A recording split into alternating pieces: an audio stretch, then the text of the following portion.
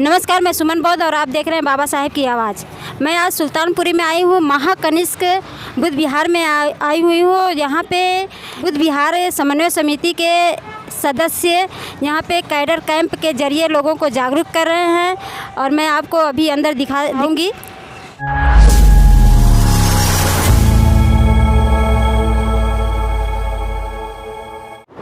जैनों में पढ़ी लिखी लड़कियाँ, पढ़े लिखे लोग वो संन्यास लेते, धनवान लोग संन्यास लेते। हमारे इसमें भी है, बहुत पढ़े लिखे लोग हैं जिसने दीक्षा ली, भिक्षुणियाँ हुई, भिक्षु भी हुए। हमारे पास भी वो पोटेंशियल है, लेकिन उसको संभालने के लिए जो यंत्रणा है, जो उपासक लोगों ने करना चाहिए, उनकी जिम्मेवारी है, वो अभी काम करना बाकी है। और वो अपने को बुद्ध विहारों का कोऑर्डिनेशन करके ही करना है। तीसरा लाभ क्या होगा बुद्ध विहार कोऑर्डिनेशन का? आज के तारीख में हमारा समाज बिखर चुका और उसका दुष्परिणाम बुद्ध विहारों पर हो रहा। बंबई में गोरेगांव के बुद्ध विहार पर हमला हुआ। नागपुर में मैं जिस बुद्ध विहार से जुड़ा हूँ, उस बुद्ध विहार के ज़मीन पर मंदिर वाले कब्जा करने के लिए निकले। तो उसका ये बात 20 साल पहले नहीं होती थी। मोदी सरकार आने के बाद उन लोगों का हौसला इतना बढ़ा कि वो आपके घर में घुसकर आपके ऊपर में हमला करने के लिए वो लोग अभी तैयार हो गए। तो जब तक के तुम्हारी ताकत नहीं बनती, तब तक तुम इस समस्या को हल नहीं कर सकते। तो ताकत कैसे बनेगी? 20,000 विहार, सब लोग तो नालायक नहीं है, 5 लोग तो लायक होंगे। एक विहार में 5 लोग तो लायक होंगे। तो 20,000 विहारों से 5 लोग अगर इकट्ठा होते हैं तो 1 लाख लोग इकट्ठा हो जाएंगे। अब 1 लाख लोगों का जब प्रदर्शन होगा, शक्ति प्रदर्शन होगा, तो समाज में आत्मविश्वास निर्माण होगा और फिर उसमें मैग्नेटिक फोर्स तैयार होते रहेगा। आज समाज में जो लोग काम कर रहे हैं, सभी लोगों की चाहत है, इच्छा है कि समाज में एका हो, समाज का संगठन बढ़े। अपने अपने पद्धति से लोग प्रयास कर रहे हैं। तो हम उससे कोऑर्डिनेट करने का, सारे संगठनों को कोऑर्डिनेट करने का काम हम करना चाहते हैं। जैसे हमारे अभय रतन बौद्ध जी है, उन्होंने एक सब्जेक्ट लिया मोनेस्ट्री हेल्थ बनाने का, तो अपना ही काम है।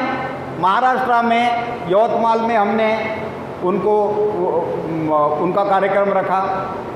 सुधीर राज जी समन संघ बना रहे, सब समन है, अपन सब समन है, चाहे वो ओबीसी हो या कोई भी हो। अगर वो बुद्ध को मानता है तो वो समन है। तो उसका कार्यक्रम नागपुर में हुआ तो हमने उनको सपोर्ट किया। कल उनका कार्यक्रम है, वहाँ भी हम लोग जाएंगे। तो बुद्ध विहार समन्वय समिति अलग अलग संगठनों को भी इकट्ठा करके हर महीने में एक बार उनकी मीटिंग करने का हमने जुम्मा लिया है। नागपुर में एक परिषद हुई कार्यकर्ताओं की, उसमें तय हो गया कि और हमने जिम्मेवारी ली कि बुद्ध विहार समन्वय समिति कोऑर्डिनेट करने के लिए सभी संगठनों के एक दिन, महीने में एक दिन उनकी चर्चा आयोजित करेंगे, उनकी मीटिंग करेंगे। तो इसी पद्धति से हम लोग बुद्ध विहार कोऑर्डिनेशन भी करेंगे और बौद्ध समाज का संगठन भी हम बनाएंगे। तीसरी एक बात आती है राजनीति की। राजनीति के सिवाय कोई समाज का भला नहीं हो सकता। राजनीति जरूरी है, लेकिन हम राजनीति में नहीं जाएंगे। लेकिन राजनीति को हम सपोर्ट करेंगे। बात ख्याल में रखना, हम खुद राजनीति में नहीं जाएंगे, लेकिन हम राजनीति को विरोध नहीं करेंगे, राजनीति को सपोर्ट करेंगे। इसका मतलब राजनीति का हम नॉन पॉलिटिकल विंग बनेंगे।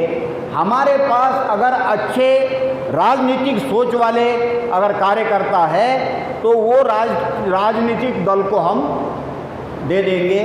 आप इनको देखो, इनको हमने दे दिया, आप उनको टिकट दो, खड़ा करो, जिम्मेवारी दो। मतलब ये है कि आरएसएस जैसा राजनीति में वो खुद नहीं है, लेकिन राजनीति करता है दूसरे के माध्यम से।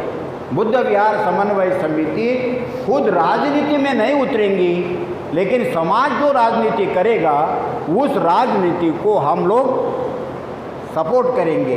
तीसरी बात, समाज पर जो संकट आता है उस संकट के समय हम समाज के मदद करने के लायक हम बनना चाहिए। जब फ्लड आया सांगली, सातारा में, कोल्हापुर में, हमने 2 ट्रक सामान लेकर गए। भामरागढ़ में फ्लड आया, हमने 1 ट्रक उधर भेज दिया। अभी नागपुर में बस्ती जल गई, 100 लोगों की बस्ती जल गई, तो हमारे कार्यकर्ता अभी उन लोगों को बर्तन देने के लिए अभी वो काम कर रहे हैं। तो हम लोग हमारे समाज को मदद भी करने के लिए तैयार होने चाहिए। 300 महिलाओं का कैडर हम बनाना चाहते देश से, पूरे देश में 300 महिला। तो 300 महिला बोले तो 30 राज्य में से 10 महिला, लेकिन वो ट्रेंड महिला होनी चाहिए, प्रशिक्षित होनी चाहिए। 300 युवक को हम तैयार करना चाहते, इसके उम्र के लड़कियां, और 30 राज्य से 10-10 भी ऐसे लड़कियां हुई तो 300 आ जाते हैं। और 300 हमारे जैसे 50 से 40 के ऊपर और 40 से 60 तक ये 300, और 60 के ऊपर में बाकी लोग महिलाएं और आदमी लोग, ऐसा 300, ऐसा 1200 कैडर का हम लोग टारगेट लेकर हम काम कर रहे हैं। और इन 1200 कैडर में क्या करना है, 1 लाख परिवार को जोड़ना है जो बुद्ध विहारों में जाते हैं। जो बुद्ध विहारों में नहीं जाता वो बौद्ध नहीं है, वही बौद्ध माना जाएगा जो बुद्ध विहार में जाता है। हर रोज नहीं गया तो कम से कम हफ्ते में 1 बार तो भी वो जाना चाहिए। अगर उसका बुद्ध विहारों से कोई संबंध ही नहीं है तो उसको बौद्ध कैसा कहा जाएगा। किसी भी शहर में जाओ, किसी भी बुद्ध विहार का आप सदस्य बनो। क्रिश्चियन जिस शहर में जाता है वो किसी चर्च का सदस्य बनता है। अगर कोई क्रिश्चियन मरता है तो कब्रिस्तान में जब लाश लेकर जाते तब वो पूछते हैं ये किस चर्च का सभासद था, उसका सर्टिफिकेट लाया। जब तक के सर्टिफिकेट नहीं देखते कब्रिस्तान में उसकी मैयत नहीं होती। नागपुर में जरीपटका में 12 बजे एक मैयत आई, 5 बजे तक उसका अंत संस्कार नहीं हुआ, प्रवेश ही नहीं दिया, क्योंकि वो नौकरी करता था इसमें एयरफोर्स में, वो क्रिश्चियन था लेकिन किसी चर्च का सदस्य नहीं बना। फिर वो ऑफिसर को आना पड़ा, रिक्वेस्ट करना पड़ा, उसके परिवार को तब तक किसी चर्च का सदस्य बनाया गया, तभी 5 बजे उसका अंत संस्कार किया। वो नियम होता है। हमारे समाज के पास ऐसा कोई नियम नहीं है। ये संस्कार होना चाहिए। हम जिस शहर में जाए वो उस शहर में किसी बुद्ध विहार से हम जुड़े, उसका हम सदस्य हो, तो ऐसे 1,00,000 लोग हमारे बुद्ध विहार कोऑर्डिनेशन के सदस्य होना चाहिए। अगर ऐसा होता तो हम लोग कामयाब हो जाते हैं। साथियों, मुझे इसके प्रचार के लिए क्या होना चाहिए ये आखिरी बात मैं बताकर मैं रुकूंगा, क्योंकि बनवारी जी को लुम्बिनी जाना है, मैं उनमें व्यत्यय लाना नहीं चाहता। हमने ये डायरी निकाली, ये सिर्फ डायरी नहीं है, ये डायरी के भरोसे पे जिंदगी भर धम्म का प्रचार कर सकते, जिंदगी भर। इसमें 7 सूक्त है, पूरी वंदना है, उपासक में क्या होना चाहिए, भिक्षु में क्या होना चाहिए, कार्यकर्ताओं में क्या गुण होना चाहिए, बुद्ध के 9 गुण कौन से, धम्म के गुण कौन से, संघ के गुण कौन से, ये इसमें से देखकर हम लोग धम्म का प्रवचन कर सकते हैं और इससे हमको धन भी प्राप्त हो सकता है। ये दान है, इसकी कोई कीमत नहीं है, ये दान है। 100 रुपये की अगर ये डायरी लेते हैं तो उसमें से जो नफ़ा आएगा वो समिति को चलाने, ये काम चलाने के लिए ये धन आपने पास होना चाहिए। अभी मैं आया तो मेरे को तो आपने टिकट दिया ही नहीं ना, मैंने मांगा। आप बोलेंगे बताया कुछ नहीं, किया कुछ नहीं, टिकट ही दूंगे हम देंगे, तो हमारा मांगना भी ठीक नहीं। समिति के पास अगर पैसा नहीं होता तो मैं दिल्ली तक नहीं आता।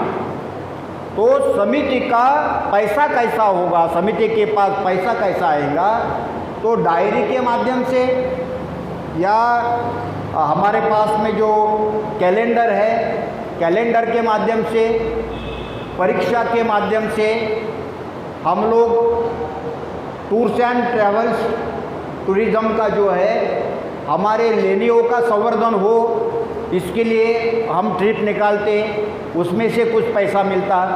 और हम लोग समन्वय मैरिज ब्यूरो निकाला, उसमें से कुछ पैसा मिलता। तो ऐसा करने से हमारे पास में ऑफिस चलाने के लिए और प्रचार करने के लिए जो पैसा आएगा उससे समाज के आखिरी तबके तक हम लोग पहुंच सकते हैं।